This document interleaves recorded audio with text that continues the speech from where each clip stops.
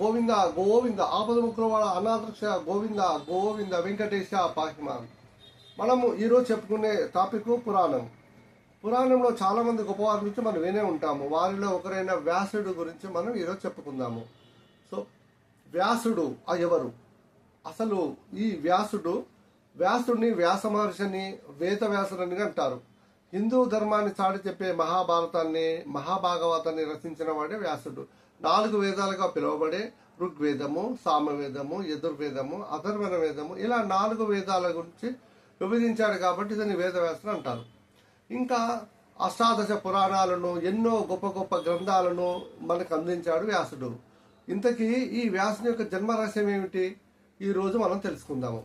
పూర్వము చేదిరాజానికి చెందిన మహారాజు వసుడు. అతను ఒకరోజు అడవికి వేటకి వెళ్ళి అక్కడ చాలా మంది తపస్సు చేసి చూస్తాడు. ఆ తపస్సు గురించి తెలుసుకొని రాజు కూడా ఈ తపస్సు చేయడం మొదలు పెడతాడు. వసువు చేసిన తపస్సుకి మెచ్చి ఇంద్రదేవుడు ప్రత్యక్షమై ఏం వరం కావాలో కోరుకోమంటాడు. అప్పుడు వసువు నాకు దివ్యత్వాన్ని ప్రసాదించమని కోరుకుంటాడు.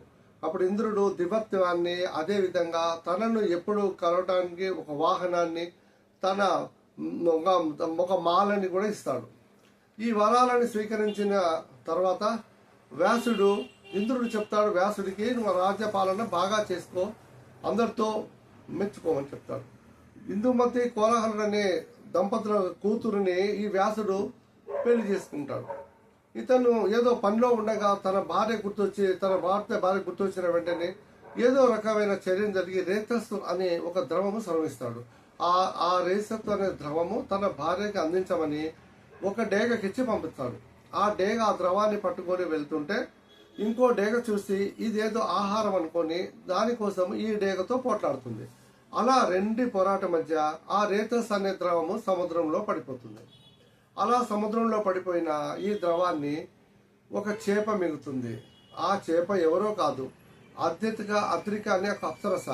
ఆ శాప మూలంగా ఆమె సముద్ర గర్భంలో చేపలో తిరుగుతుంటుంది. అలా పైనుండి పట్టిన ద్రవాన్ని ఆ చేప భక్షిస్తుంది.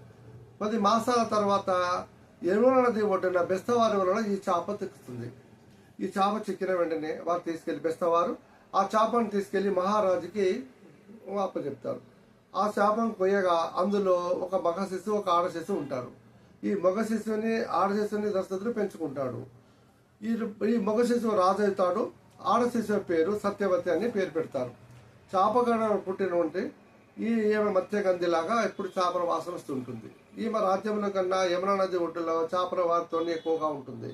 ఒకనొక రోజున వశిష్ఠ మహర్షి పరాశర మునీంద్రుడు అక్కడికి వస్తాడు.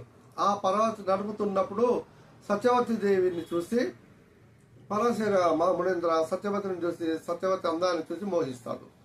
తనతో శృంగారంగా గడపమని ఆయన అడుగుతాడు. అప్పుడు సత్యవతి, మునీంద్ర, నేను నా ఒంటి చేప వాసన వస్తుంది, నేను ఎలా పైగా మీతో శృంగారం కలిపి నేను రేపు నా తండ్రికి నా ముఖం ఎలా చూపించగలను అని చెప్పి అంటుంది. అప్పుడు మునీంద్రుడు తన చుట్టూ చేపలు రాకుండా సుగంధ ద్రవ్యాలు వచ్చే విధంగా చేస్తాడు.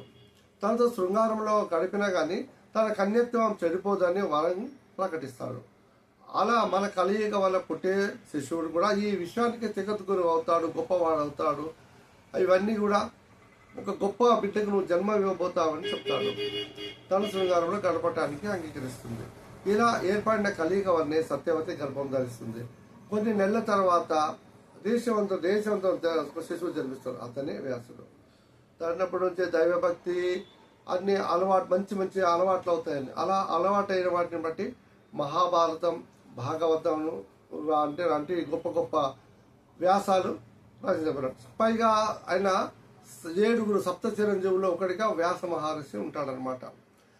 అలాగా సప్త మహర్షుల్లో ఒకటిగా ఉన్న సప్త చిరంజీవుల్లో మొదటి వాడు అశ్వత్థామ, 2వ వాడు 3వ విభీషణుడు, బుద్ధుడు, పరశురాముడు, వ్యాసుడు. సప్త చిరంజీవుల్లో ఒకలో వ్యాసుడు బాల్యంలోనే తన తల్లిని వదిలి తపస్సున్నట్టు వెళ్ళిపోతాడు. వెళ్లే ముందు తన వాళ్ళకో వరం ఇస్తాడు. అమ్మ, నువ్వు ఏ ఆపదలో ఉన్నా, ఏ కష్టంలో ఉన్నా, ఎప్పుడు నన్ను తలుచుకున్నా నీ ముందు ప్రత్యక్షమవుతానని వరం ఇస్తాడు.